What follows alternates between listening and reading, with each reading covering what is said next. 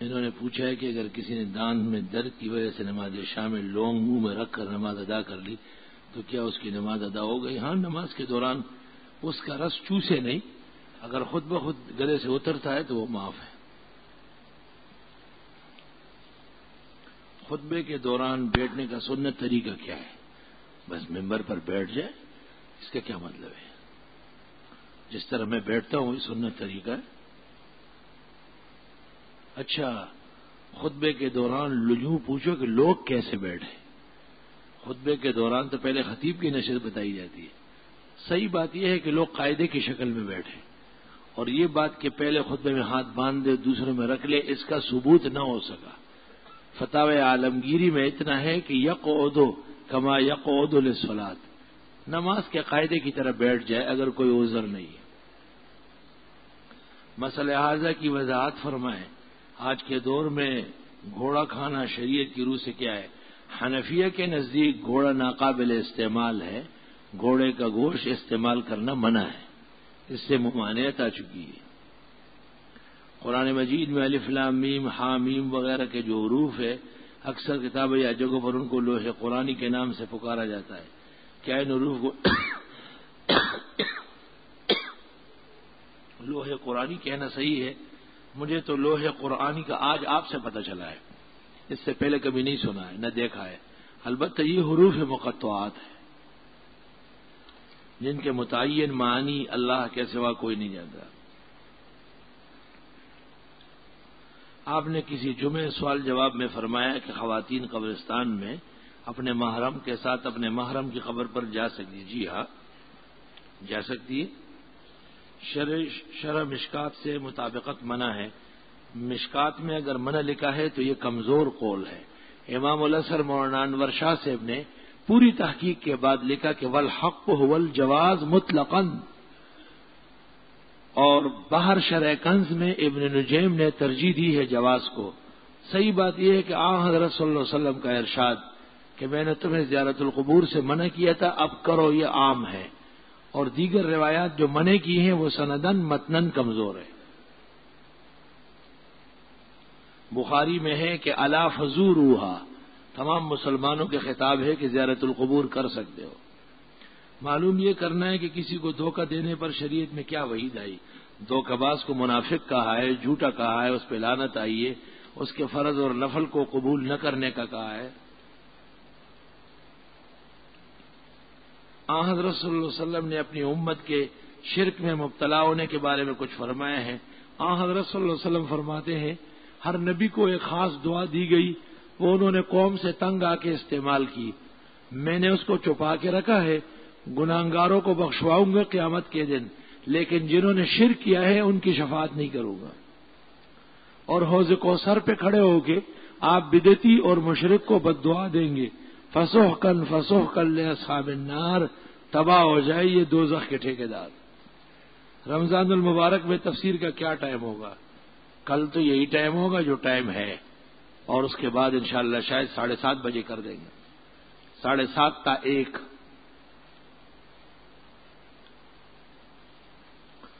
آخر میں دعا کی کہ اللہ تعالیٰ آپ سمیت تمام علماء دیوبند طالبان کے خصوصی حفاظت فرمائے، آمین، جزاکم اللہ خیر۔ والد صاحب، سید لڑکی کی شادی جہاں کی ہے وہ لڑکا سید نہیں ہے، والد لڑکی کی شادی اس لیے نہیں کر سکتا کہ بہت غریب ہے، خاندان کے کچھ لوگ شادی کرا رہے ہیں لیکن چندہ کر کے اس میں کچھ یہ ہے وہ ہے شامل۔ جی ٹھیک ہے، بہرحال سید کی اولاد بھی سید ہے، اس لیے سید کو زکوٰۃ نہیں دی جا سکتی ہے، خواہ وہ غریب فقیر کیوں نہ ہو۔ ضروری نہیں ہے کہ آپ سارا کام زکوٰۃ سے کریں، بال بچوں اپنی بیٹی بیوی پر زکوٰۃ تو نہیں خرچ کرتے، سادات کو بھی غیر زکوٰۃ سے دے۔ اگر مجبوری ہے تو پھر بہتر یہ کہ کسی غریب کو دے کے اس کو کہے کہ وہ اس کو ہدیہ دے، تو یوں ان کے لیے جائز ہو جائے گا۔ سالن چکنے سے روزہ ٹوٹ جاتا ہے، سالن زبان سے چکے اور پھر تھوکے۔ خلاصۃ الفتاوی میں ہے کہ جس عورت کا بد اخلاق خاوند ہو کہ وہ شام کو مرچ مسالے پہ لڑتا ہو، اس کو اجازت ہے کہ وہ چک لے اور پھر تھوکے۔ یہ نہیں کہ آپ منڈی میں تربوز خرید رہے ہیں اور اس کو چک رہے ہیں کہ میٹھا ہے یا پھیکا ہے، لوگ کہیں گے لے مولوی منڈیوں میں آ کے کھا رہا ہے۔ رمضان مبارک میں چونکہ وطر جماعت سے پڑھی جاتی ہے، اس لیے اگر وطروں کو جماعت کے ساتھ پڑھ لیا تو کیا رات کو تہجد پڑھ سکتے ہیں؟ صحیح بات یہ ہے کہ رمضان شریف کی راتوں میں تہجد نہیں ہے، وہ سب کے سب ملا کر 12 رکعت تہجد اور 6 رکعت اوابین اور 2 رکعت مزید ملا جلا کر 20 رکعت تراویح اس سے بنی ہے۔ تاہم اگر کسی کا معمول تہجد یا قیام اللیل پڑھنے کا ہے تو وطر چھوڑ سکتا ہے۔ محلے کی مسجد میں ختم و تراویح ہو رہے ہو، گھر میں سورت تراویح کا جماعت کرنا کیسا ہے؟ بہت نامناسب بات ہے۔ ہاں اگر گھر کے افراد معذور ہے، بوڑھے ہیں، ناتوان ہیں، مسجد میں شرکت ناممکن ہے تو ان کو اپنی تراویح کی جماعت سورتوں سے کرنا یا ویسے کرنا جائز ہے۔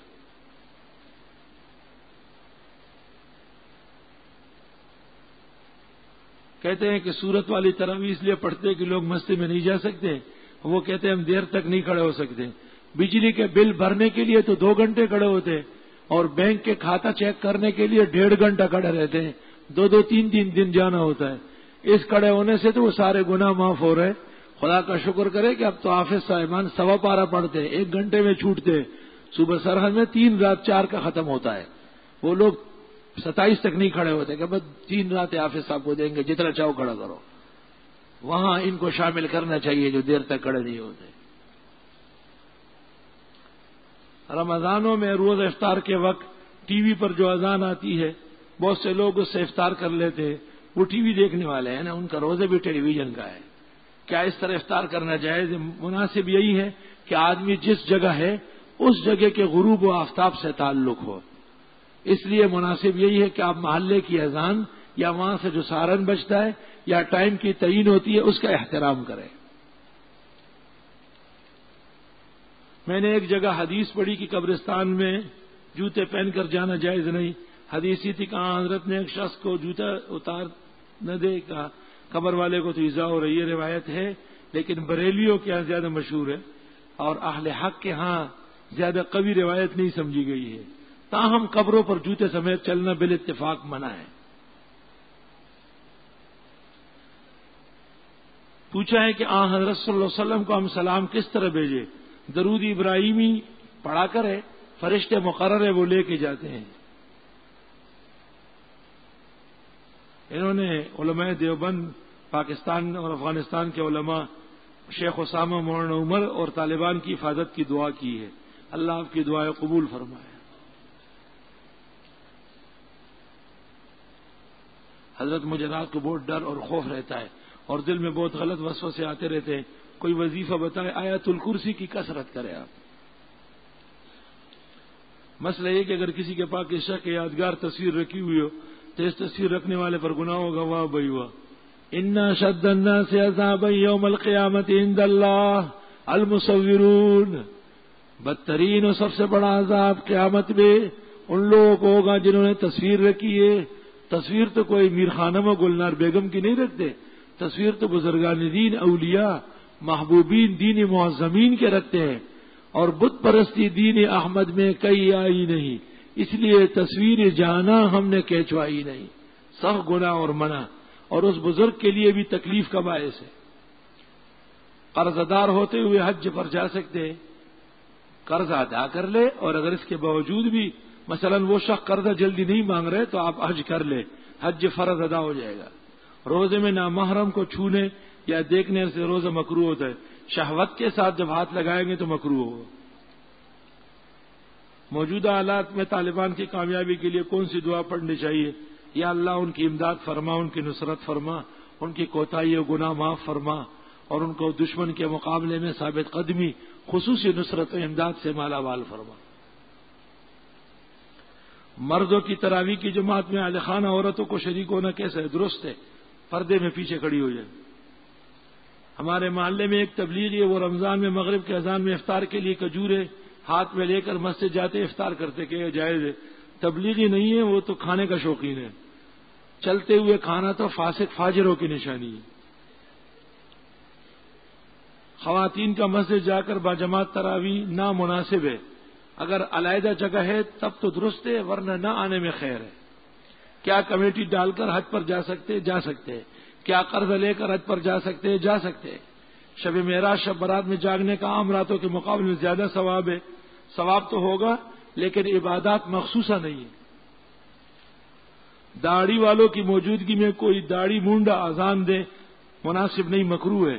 درست یہ ہے کہ وہ اذان دوبارہ دلوائی جائے یا تکبیر دوبارہ کہی جائے۔ کیا حارث نام رکھنا جائز ہے؟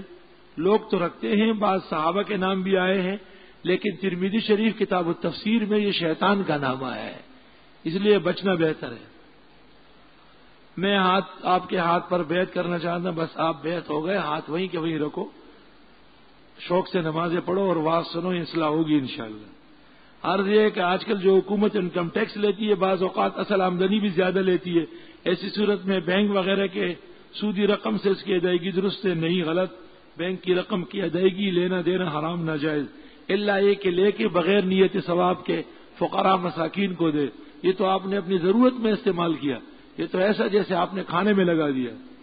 15 دن سے کم سفر میں نماز مسافرانہ پڑھتے تھے، لیکن ایک دن مقیمین کو نماز پڑھائی، اس وقت اقامت کی نیت کی، کیا ایسا کرنا ٹھیک ہے؟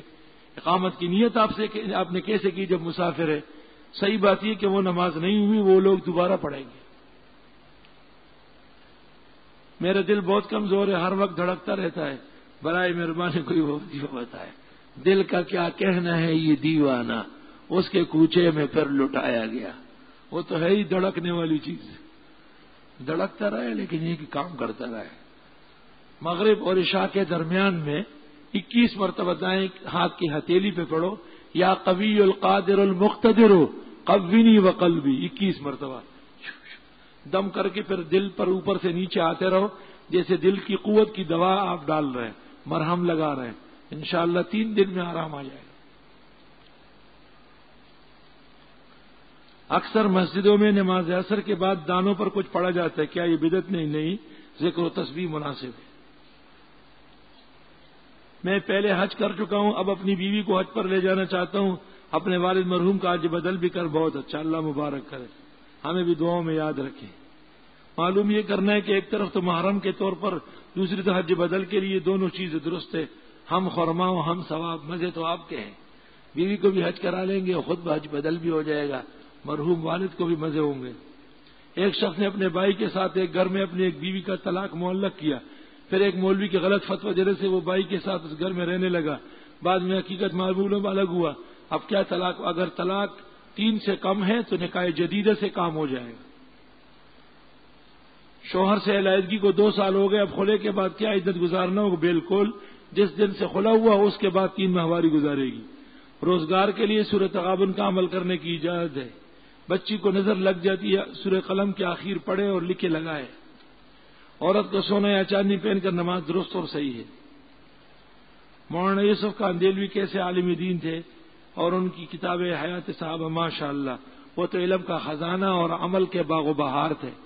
مولانا محمد یوسف صاحب کاندیلوی تبلیغ جماعت کے امیر دوم، سالار تھے علم و عمل کے، بہت اونچا مقام ہے ان کا علم و عمل میں، ہمارے اکابر و بزرگوں میں سے۔ ان کی جمیع کتب ہدایت سے لبریز ہے، پڑھنے سے نور اور ہدایت ملتی ہے۔ نماز جنازہ پڑھتے ہوئے لوگ چپل اتار کر اس پر کھڑے ہو جاتے ہیں، برا کرتے ہیں چپلوں کے بغیر کھڑے ہو جائے۔ میرے چہرے پر دانے بہت زیادہ ہو گئے، عرض یہ کرنا ہے الائچی کے دانوں پر صورت اعلیٰ پڑھ کے پانی سے دھوئے، خیر ہو جائے گی۔ خانہ کعبہ کے ائمہ علماء دیوبند پر کفر کے فتوے لگانے کے بعد حدیث مبارک کی روح سے احمد رضا مسلمان تھا یا نہیں؟ خانہ کعبہ کے علماء نے کبھی بھی دیوبند پہ کفر کا فتوی نہیں لگایا، وہ تو مولوی احمد رضا نے چند بدعتیوں سے لکھوایا تھا، ان بدعتیوں نے واپس الشعاب الثاقب میں احمد رضا کو اس کا جواب لکھا، وہ کافر کہا ہے۔ میں نے زری بینک میں ملازم ہوں، ڈیوٹی صرف بینک کا ڈاک لے جانا ہے، کیا میری ڈیوٹی شرعاً؟ مولانا لدھیانی مرحوم کیا تو سب ناجائز ہے، ہم اس میں تفصیل کرتے ہیں، پیسوں کے کھاتے منع ہیں، ویسے مکروہ ہے، جب تک کوئی حلال روزگار نہیں ملا یہ درست ہے۔ حل یستوی الذین یعلمون والذین لا یعلمون میں عصری تعلیم والے کس طرح داخل ہوں گے؟ یہ داخل نہیں ہوں گے، علم دین مراد ہے۔ محرم مستورات کی جماعتیں جو تبلیغ کے لیے جاتی ہے درست ہے، کیا کسی رافضی لڑکی کو سنی کر کے شادی کر لے، لیکن سنا ہے کہ وہ ہوتی نہیں ہے سنی، پھر وہی کہ وہی ہوگی جتنی کو تھی وہ تھی انکلو تھی۔ قنوت نازلہ میں ہاتھ باندھے یا کھلے رکھے؟ نہیں، ہاتھ کھلے چھوڑے۔ ہاتھ باندھنے کا جہاں لکھا ہے غلط لکھا ہے۔ بعض لوگ مولانا زکریا کی کتاب فضائل اعمال پہ اعتراض کرتے ہیں، اعتراض غلط ہے۔ ضعیف احادیث عمل کے لیے کافی ہے۔ شیخ الحدیث خود 50 سال بخاری پڑھا چکے ہیں، وہ محدثین کے سرتاج تھے اپنے زمانے میں، ان کی کتاب پر جاہل کیا اعتراض آفتاب پر تھوکنے کے برابر ہے۔ ہم تو اس کو ہدایت کی پونجی سمجھتے ہیں۔ آپ سے یہ سوال پوچھنا ہے کہ حضرت صلی اللہ علیہ وسلم کی نماز جنازہ ابوبکر صدیق نے پڑھائی، سب صحابہ نے پڑھی، حضرت کے ہوتے ہوئے کوئی امام نہیں بن سکتا ہے۔ نماز تراویح نابالغ سماعت کر سکتا ہے؟ جی ہاں، پیچھے کھڑے ہو کے۔ امام مہدی قرآن و حدیث کی روشنی میں وضاحت کا طالب ہو، مولانا مفتی نظام الدین نے کتاب لکھی ہے ظہور مہدی احادیث کی روشنی میں، وہ پڑھ لے آپ۔ اتنا یاد رکھیں کہ اخیر زمانے میں ایک امام پیدا ہوگا، اس کا نام محمد ہوگا، ان کی والدہ کا نام آمنہ، والد کا نام عبداللہ۔ صحیح بات یہ ہے کہ قرشی و ہاشمی ہوگا، کعبہ شریف میں وہ ظاہر ہوں گے اور سارے لوگ اس کے امامت پہ جمع ہو جائیں گے۔ اس وقت صرف دنیا میں 2 مذہب ہوں گے، ایک حنفی اور دوسرا امام مہدی کا، اس کے علاوہ تمام مذاہب ان میں جمع ہو جائیں گے۔ ان کی قیادت میں لوگ مل کر کفار سے جنگ کریں گے، جنگ شدت اختیار کرے گی، پھر عیسیٰ علیہ السلام آسمان سے اتریں گے، وہ خصوصی دعا فرمائیں گے، تمام کفار غرق ہو جائیں گے۔ مولانا نور محمد صاحب دہلوی نے ایک چھوٹی سی کتاب اردو میں لکھی ہے، اس کا نام ہے علامات قیامت، اس کو بھی دیکھ لے، اس میں تفصیل درست ہے۔ کسی علاقے میں کوئی شرپسند عامل ہو، کسی کو اس کے جادو سے خطرہ ہو، اس سے بچنے کے لیے کوئی وظیفہ آیت الکرسی اور آخری صورتوں کا عمل کر لے۔ اس عمل کی عادت کے بعض علماء کی زبان بندی کراتا ہے، کسی جادو سے متوازن علماء کو زبان بندی کے عمل سے بچنے کے لیے تقریر سے پہلے کیا کرنا چاہیے؟ یہی عمل جو بتا دیا۔ بہرحال یہ تو بہت بڑا کام ہے، معمولی کام تھوڑا ہی ہے۔ یہ ساری باتیں آپ اس وقت پوچھتے ہیں۔ حضرت والا سے یہ معلوم کرنا ہے کہ یہ واقعی کہاں تک درست ہے کہ غار ثور میں جس صاحب نے سعید اکبر کو ڈانگ مارا اس کا نام سوا ہے اور وہ نبی کریم کی زیارت کے لیے آیا تھا۔ یہ روایات مفسرین مورخین کے ہاں معروف ہے۔ کیا یہ درست ہے کہ اگر 70,000 مرتبہ کلمہ طیب پڑھ کر مردے کو بخشا جاتا ہے؟ بالکل۔ 1.25 مرتبہ کا وظیفہ پڑھ لے، دونوں جہانوں کا فائدہ ہوگا۔ اس مسئلے کے بارے میں مولانا صاحب کوئی معذور شخص وضو کا معذور جمعے کے دن غسل کرتا ہے زوال سے قبل اور پھر اس غسل سے چاش کی نماز پڑھتا ہے، تو کیا جمعے کی نماز کے لیے اس نے دوبارہ وضو کرنا چاہیے؟ جب وہ معذور ہے تو دوبارہ کرے گا وقت داخل ہونے پر۔ معذور شرعی اہل حدیث کے مولانا ربانی نے جو کہ پاکستان تعلق رکھتے ہیں، کچھ دن پہلے سعودی عرب کے انہوں نے وہاں کے ٹی وی پر بتایا کہ عورتیں مردوں کی طرح نماز پڑھے وہ جھوٹے ہیں، غلط کہتے ہیں۔ عورت اور مرد کی نماز میں فرق ہے۔ بعض ذرا سنا ہے کہ بچی کا نام ام عمارہ نہیں رکھنا چاہیے، صرف عمارہ رکھنا چاہیے، دونوں صحیح ہے۔ حضرت کا سایہ زمین پر نظر نہیں آتا تھا، بخاری شریف میں ہے کہ رسول اکرم صلی اللہ علیہ وسلم کا سایہ تھا۔ سایہ نہ ہونے کی روایت موضوع و ضعیف ہے۔ حدیث نبوی اگر میرے بعد کوئی نبی ہو تو عمر درست ہے۔ لوح شریف، لوح شرف مشتری استعمال کرنے گیا، عورت ایک طالب حافظ کے پیچھے تراویح پڑھ سکتی ہے پردے میں۔ 4 رکعت والی نماز میں اگر کوئی دوسری رکعت میں نہیں بیٹھا، سجدہ سہو نہیں کیا، نماز دوبارہ پڑھ لے۔ پہلا قاعدہ واجب ہے۔ گزارش ہے کہ میرے والد ایک عرصے سے بیمار اور بے روزگار ہے، اللہ صحت اور روزگار دے۔ میری خالہ کی عمر 30 سال ہے، ان کے لیے کوئی رشتہ، اللہ عزت و عفت کا رشتہ عطا فرمائے۔ حاجی نور گل کوئٹہ والے کی والدہ محترمہ میڈیکل سینٹر کے ICU میں داخل ہے، اللہ زندگی اور صحت دے۔ سید توصیف ہادی کا بمرض کینسر انتقال ہو گیا، اللہ مغفرت فرمائے۔ عرض خدمت میرے حق میں دعا فرمائے، میرے رزق روزگار اللہ دونوں نعمتیں نصیب فرمائے۔ ہمارے محلے میں ایک پڑوسی کا